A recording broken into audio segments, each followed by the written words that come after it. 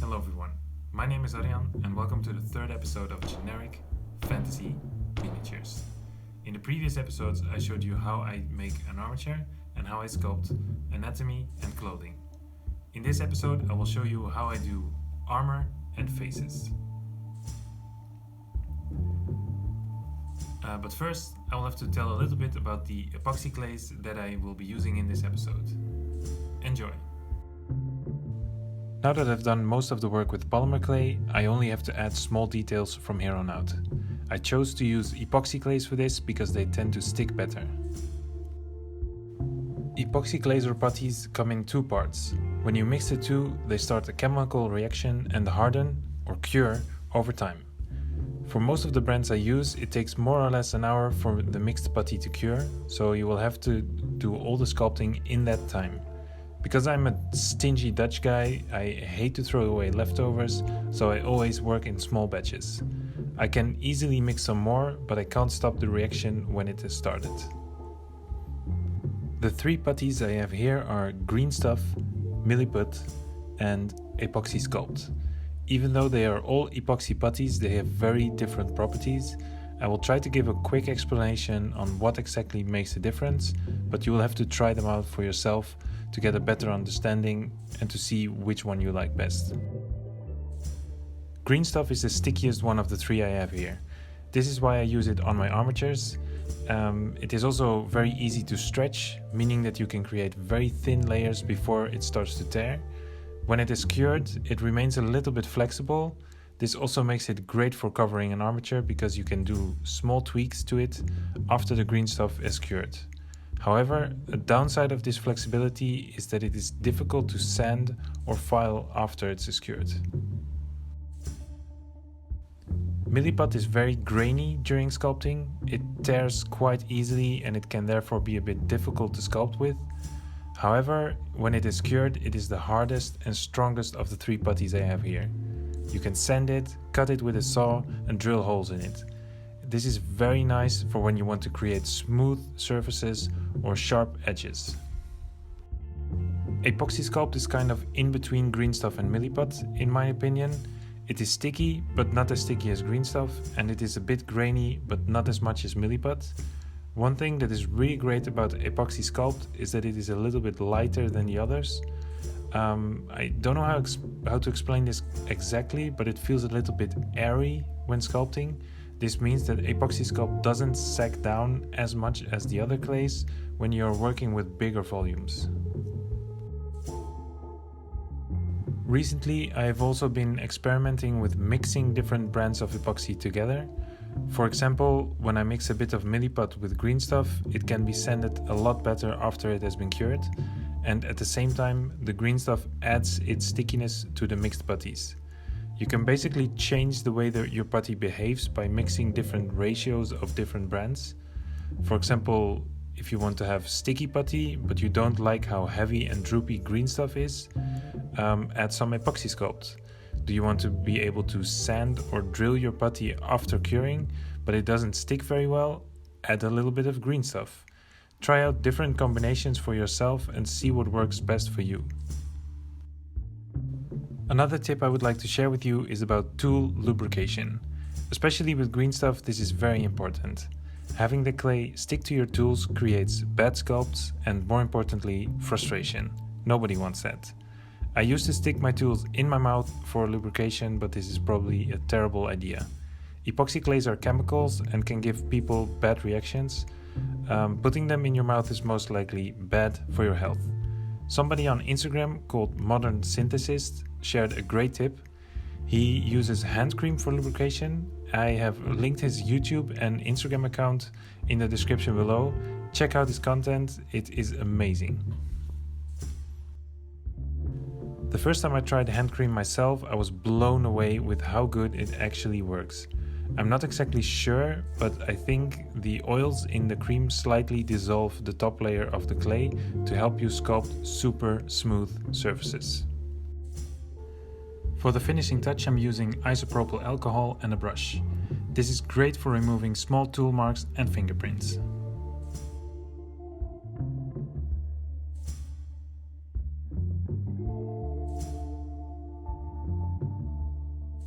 Since this Dwarven Cleric didn't get any airtime in the last episode, I decided to start with this mini. I didn't really focus on anatomy for this one, since everything will be covered with metal plating. I'm sculpting this armor with a 50-50 mixture of milliput and green stuff. My idea was that I wanted the clay to be a little bit sticky, but I still wanted to sand it afterwards to create crisp edges. In the end, I realized I should have used more milliput because the result was still too flexible to sand. As you can see here, I'm using a silicone shaper. Usually I don't really like to work with these kind of rubbery tools, but for this specific purpose they work great. This is because I'm not sculpting any detail here, I'm just focusing on the overall curved shape of the armor plates. I am pushing both sides of the armor to create an edge in between.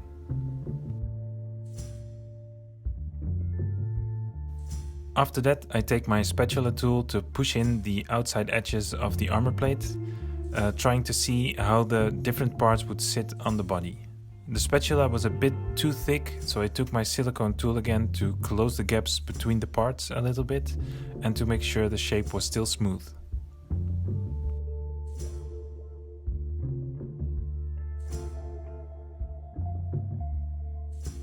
Using a hobby knife and a needle, I made some straps on the back of the legs and textured the rest to look like chainmail. I've seen quite some videos on how to sculpt chainmail, but I feel like they're always a lot of work and they don't really scale well on this size of miniatures. So I made them by poking the clay with a needle tool. I hope to make this look good with some metallic paints.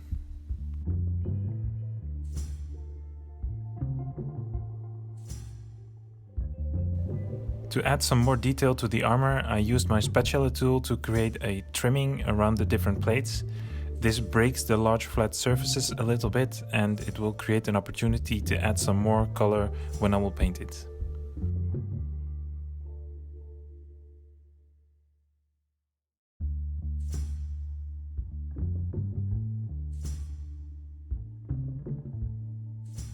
After the legs, I started working on the chest plate.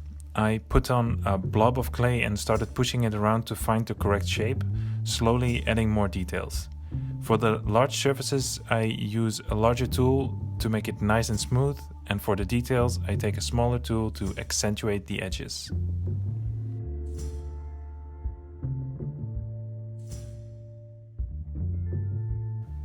Not all armor is made with metal, so I decided to give the fighter some leather bracers. Just as with metal armor, I created a smooth shape using silicone tools, and on the backside I sculpted some straps. On the front I used a needle tool to add rows of holes to simulate stitching.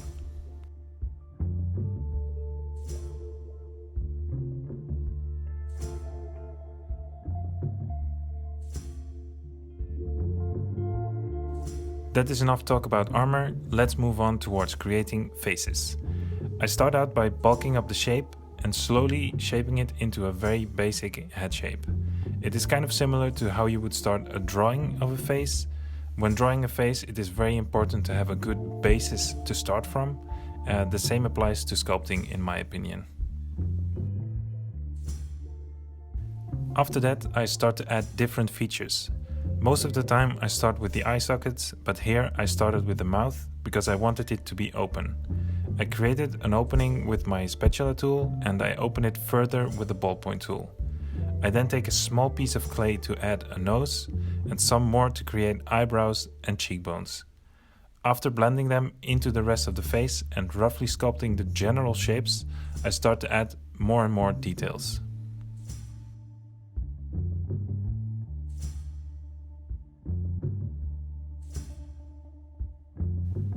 I then start to work on all the details of the face, except the eyes and the mouth. I let all the details I'm sculpting here cure completely before starting on the eyes and the mouth. I do this because I can't sculpt fast enough to do all the details before the clay starts to cure. As I said before, most epoxy clays have a curing time of about an hour, but they all cure gradually during this time. I find sculpting with clay that is almost cured horribly frustrating, so I try to work in multiple sessions.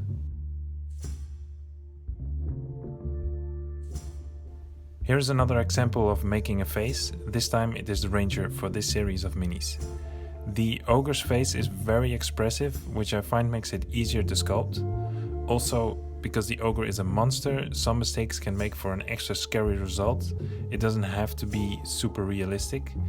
I plan to make this ranger's face a lot less expressive. This made sculpting the face a lot more difficult because all the features are a lot smaller and subtle.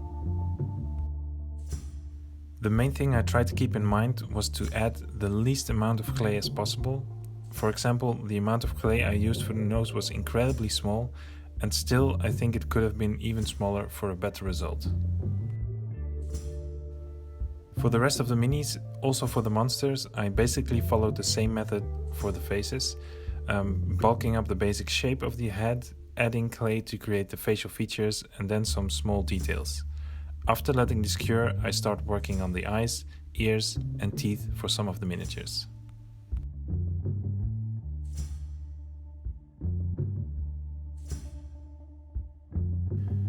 For the eyes, I put a small piece of clay in the eye socket and blend it on all sides. I then take a sharp tool to sculpt the eyelids. Another method is to place a small ball of clay in the eye socket and add small snakes of clay above and below the eyeball to create the eyelids. I chose the first method because I find it easier when working on a small scale like this. The other method is easier for when you're sculpting a bust, for example.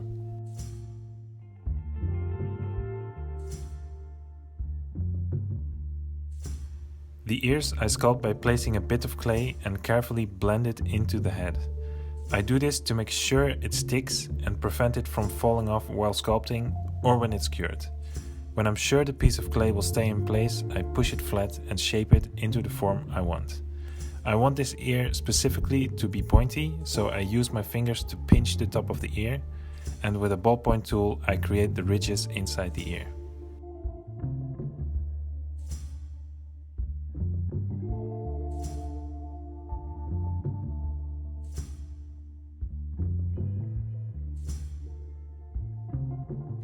Sculpting hair is another thing a lot of people find difficult, myself included, because it is very difficult to sculpt something that is so thin and flowing. My technique is to first sculpt the hairline so that I can focus on the proportions of the face. A badly placed hairline can really mess up the look of your sculpt. The hairstyle on the top of the head of this ranger is quite easy to sculpt because you can just drag a thin tool in lines towards the back. The backside of this hairstyle is a bit more difficult because the hair flows more freely. I add some clay and work it into the overall shape that I want the hair to have, and I use a fine ballpoint tool to drag thin lines in the direction I want the hair to flow. On the bottom, I use my needle tool to drag the hair into thin points against the back of the ranger. As you can see, the clay starts to tear because of this, but some isopropyl alcohol and a brush will clean this up nicely.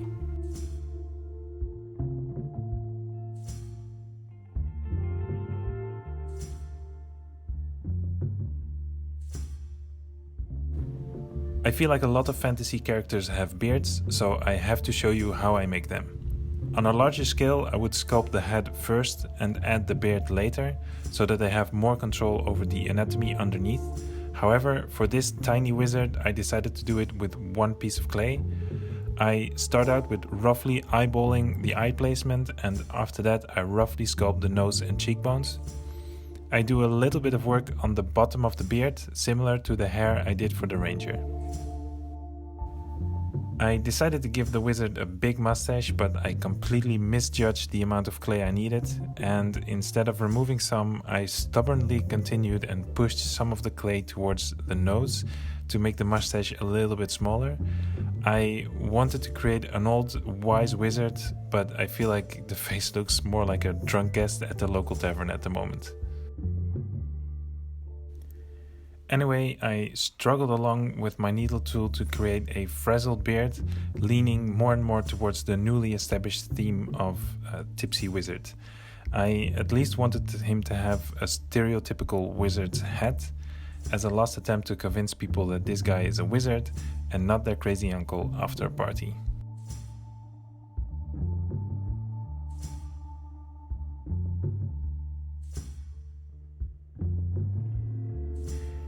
And now let's focus some more on the monsters. For the dragon, I bulked up the basic shape and let it cure completely. I started adding clay and sculpted to look similar to the rest of the scales I had already sculpted in the last episode. I then used my tentacle roller tool to make some horns that I put just above the eyes. Like this, I could sculpt the base of the horns into the eyebrows. The tentacle roller works great for adding these kind of details, but it was quite difficult to attach and position the horns without damaging them. This is why I let them cure about halfway before trying to bend them symmetrical to each other. By doing this, they are a little bit less prone to being squished by my tools or my fingers. The teeth of the dragon were super difficult. Of course, I couldn't add rows and rows of sharp teeth on this scale, but I felt like I needed to add something to make it look scary. What I decided to do was to make the teeth slightly larger and to give the dragon a little bit less teeth than I would have wanted. I feel like this worked out the best stylistically. I sculpted some teeth in green stuff that I let cure completely and then gave the dragon some gums with green stuff as well. I used superglue to stick the teeth into the uncured green stuff, and superglue works amazingly well on both cured and uncured green stuff, so it sticks instantly. You just have to be careful with your tools because it sticks to those as well, especially with silicone tools because you can destroy them with superglue.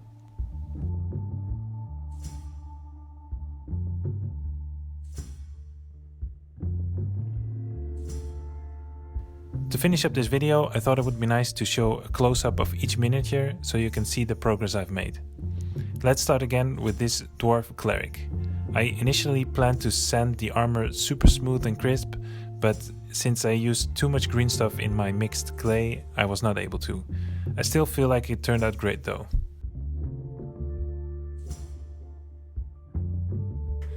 Next up is this orc fighter. I'm quite happy with the face, but since it is so small and completely green, it might not be very clear. I gave him a tusk, which will be a lot more visible when it's painted. I also dropped this mini on the floor, so I had to redo the left leg with green stuff. I gave this ranger 2 locks of hair off camera to add a little bit more detail to her face. I'm very happy with how the face turned out. It's very calm and subtle, but still detailed enough to be interesting to paint. This halfling rogue didn't get any airtime this episode, but I thought I'd show them here anyway. In the next episode, I want to work on accessories, and I'm giving this rogue a cloak, so here is a sneak peek to the next episode. As I said before, the wizard turned out a lot different than I had planned. I could have changed this, but I wanted to show that sometimes things go differently than you might want, and it's okay to make mistakes. In the end, I kind of began to like this look, and I will try to make it look good when I start painting this mini. This owlbear wasn't shown either on this episode, but here it is anyway. I'm happy with the face I sculpted, but I'm having some doubt about the size of its body. I feel like it could be better if the body would be a bit bigger. Let me know what you think about it in the comments. I'm very happy with how this ogre is turning out. It looks real scary with the pose and the expressive face. I can't wait to start working on the final details and finish this mini. And finally, the dragon in this series. The head turned out amazing in my opinion, but when I was done, I realized the head is a bit big in comparison to the rest of the body. I decided to leave it like it is because I was so happy with how the head looked. And that's it for this video. I really hope it can help you improve your sculpting skills.